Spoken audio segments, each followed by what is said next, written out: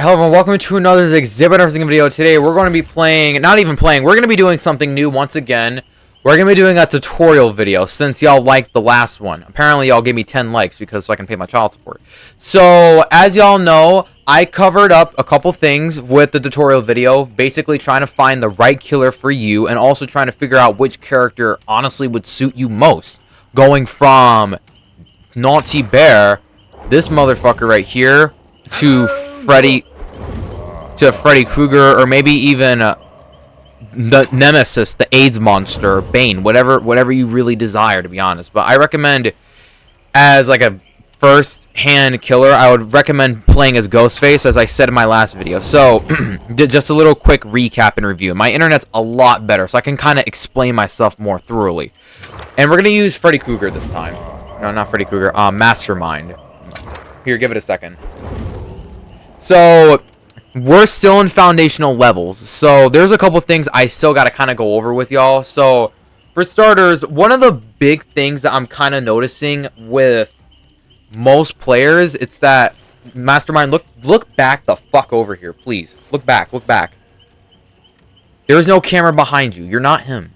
Alright, back to what I was saying. Basically, the one way to really figure out who you're kind of good with as a killer is kind of like playing with them as always, obviously. And also, it's not even just that. If you're not good with the killer, but you know you are, it's because of either A, the add-ons, which kind of buffs the power. Like, for example, Vulturement Bond, or his tentacle, weird black tentacle. Or B, it's the perks. If you're absolutely positive that your perks are through the roof and everything else, maybe it's that killer's just not for you.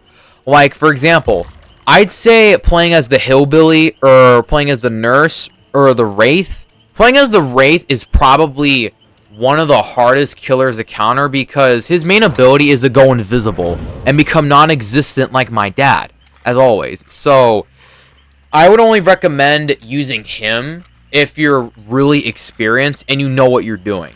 But if you're more of new, like me personally, if you want like a personal response from me, like a personal opinion, I'm gonna always tell you Ghostface, the Shape, maybe even the Doctor sometimes, and Freddy Krueger. Although most of the killers are equal in their own power, sometimes they really just aren't. You know what I'm saying? And as always, for the tutorial video, we're gonna be using bots as demonstrating purposes. So obviously, I can't just talk all damn day and just tell you what is this, and this. So instead, I'm just going to kind of elaborate on what I'm going to try to tell you in-game, just to make things more simpler.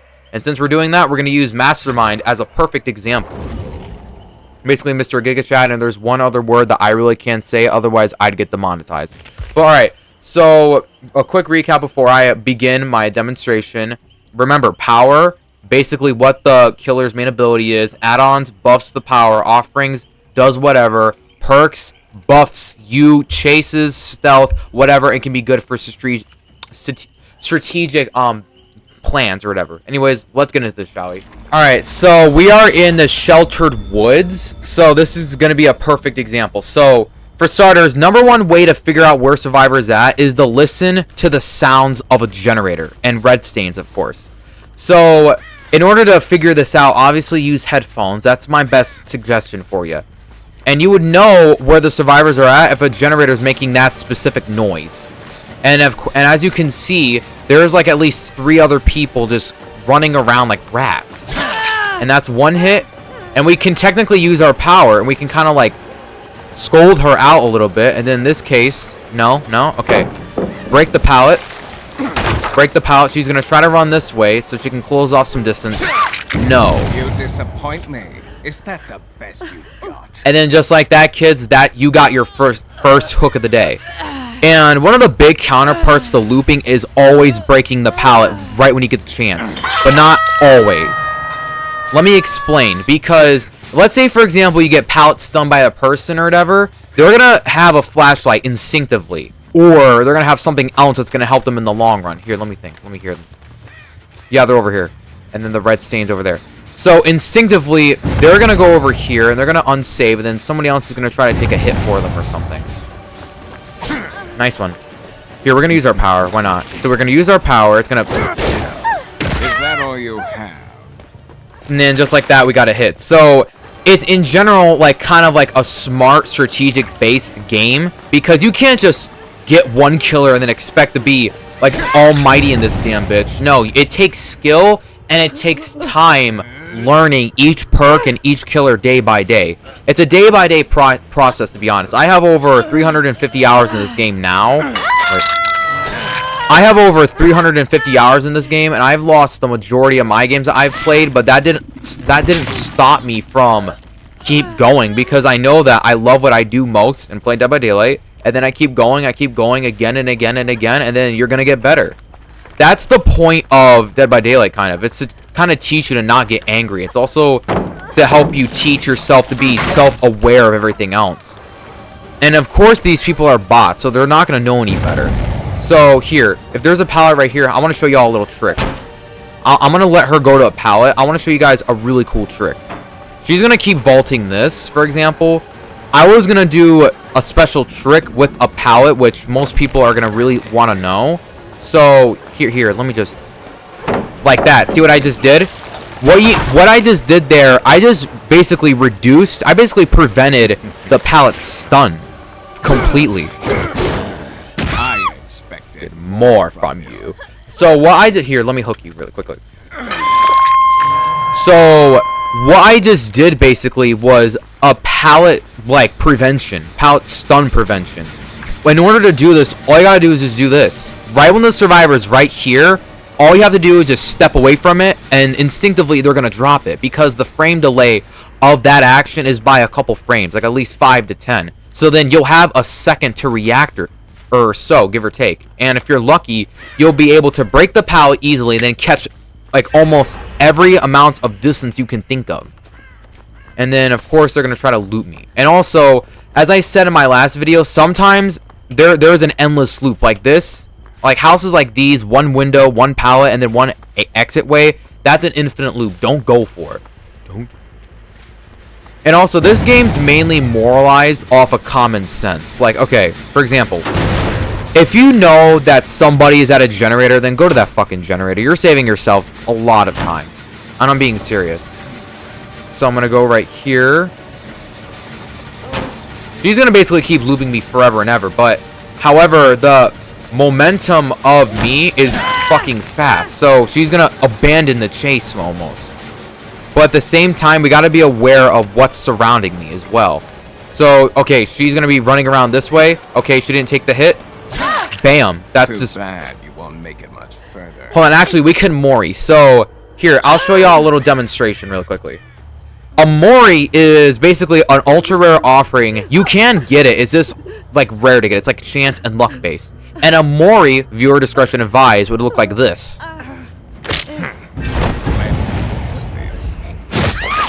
I'll let this play.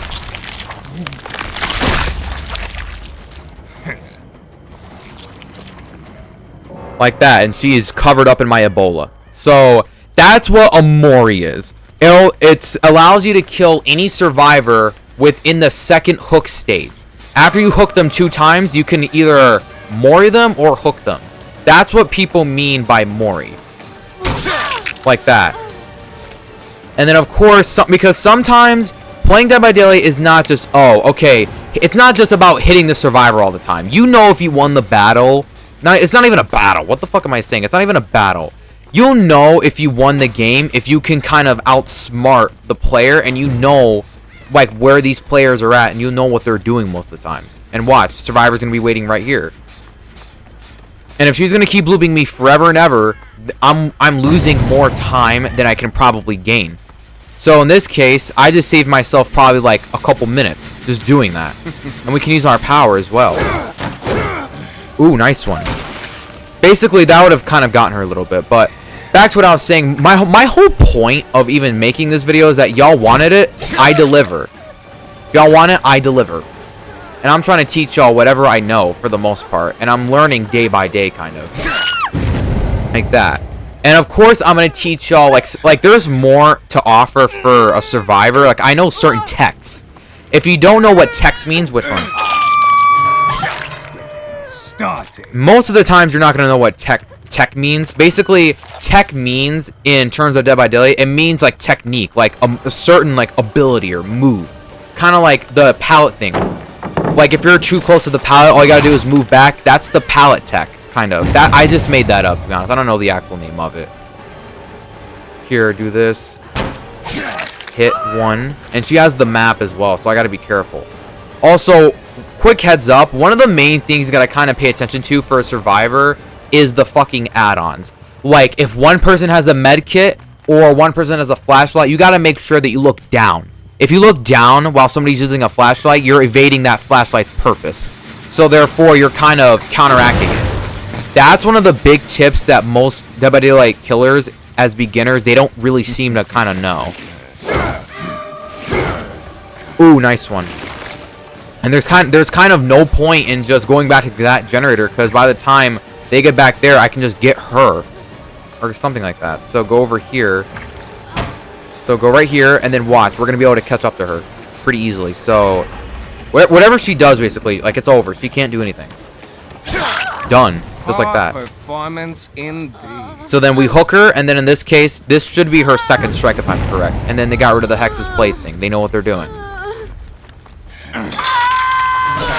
No, this is actually her first strike. Okay, so now, one of the best things I would probably recommend doing is, honestly, like, being aware of your surroundings. Because that's, like, being aware of your knowledge and being knowing of your hearing, that's going to be your best friend. I'm being dead serious. There were some times where I have played against some of the most evil ass players and I didn't know where they're at. But if I listen to the noise, like the crows and everything, the crows are like the blackbirds. Those are one of the most underrated. Those are one of the most underrated parts of Dead by Daylight, because there's a. See you dead. Damn. There's a literal perk revolved around the crows. Basically, if they make any noise within 32 meters of you, they cause a triggering effect, revealing the survivor's location. And it has a cooldown of like 5 to 3 seconds, give or take. So they're probably healing, or they're getting another generator done. So instinctively, you're going to go to this one. It's all about common sense as well. And you already know that the bot is going to go try to heal somebody else. Instinctively, of course. And we can go after Fang. We can go after Fang here. Okay. Done. Just like that. Didn't even have time to react. Alright. And viewer discretion advised. Here's the Mori. Let's finish this.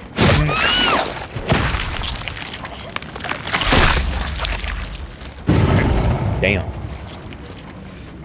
Alright, so and just like that, that's our second Mori. So all we gotta do is here. One of the big things that I'm gonna teach y'all, like, this is more of the intermediate level to low advanced. So what I'm gonna do is I'm gonna find the 2 survivors. We're gonna find them first of all. First of all, go find them. So for starters, we want to get you because you're at the lowest hook stage, and you're our obsession as well. So we might as well. So for starters, what I'm gonna do is we're gonna leave her there completely. Sometimes survivors are gonna have a perk called Unbreakable. Unbreakable allows them to recover from the dying effect for once per trial. Once per trial means once a game. Trial means a game. That's what the whole point of that's what it means, basically. So now that she's kind of there, we can go after her. And then in this case, she's going to vault. We're going to go right here. And most of the times, I guarantee you, in the meta, this wouldn't necessarily work, depending on if they already use Unbound. But most of the times, this would work, because most survivors aren't in that mindset. So we would go ahead, hook this lady right here. This is her second strike. But yeah, this is her second strike, and then we can go all the way to where we got our obsession, and I guarantee you she didn't even get that far.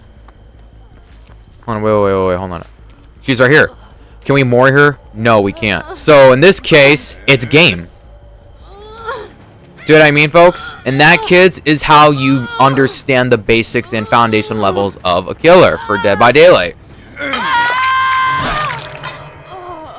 Obviously, that's just some advice from your old pal and of course. And while I'm recording this video, please make sure to leave a like, subscribe, and comment. Not only helping me out, but you're also helping out YouTube's algorithm, and you're actually helping out small viewers like me get promoted more efficiently.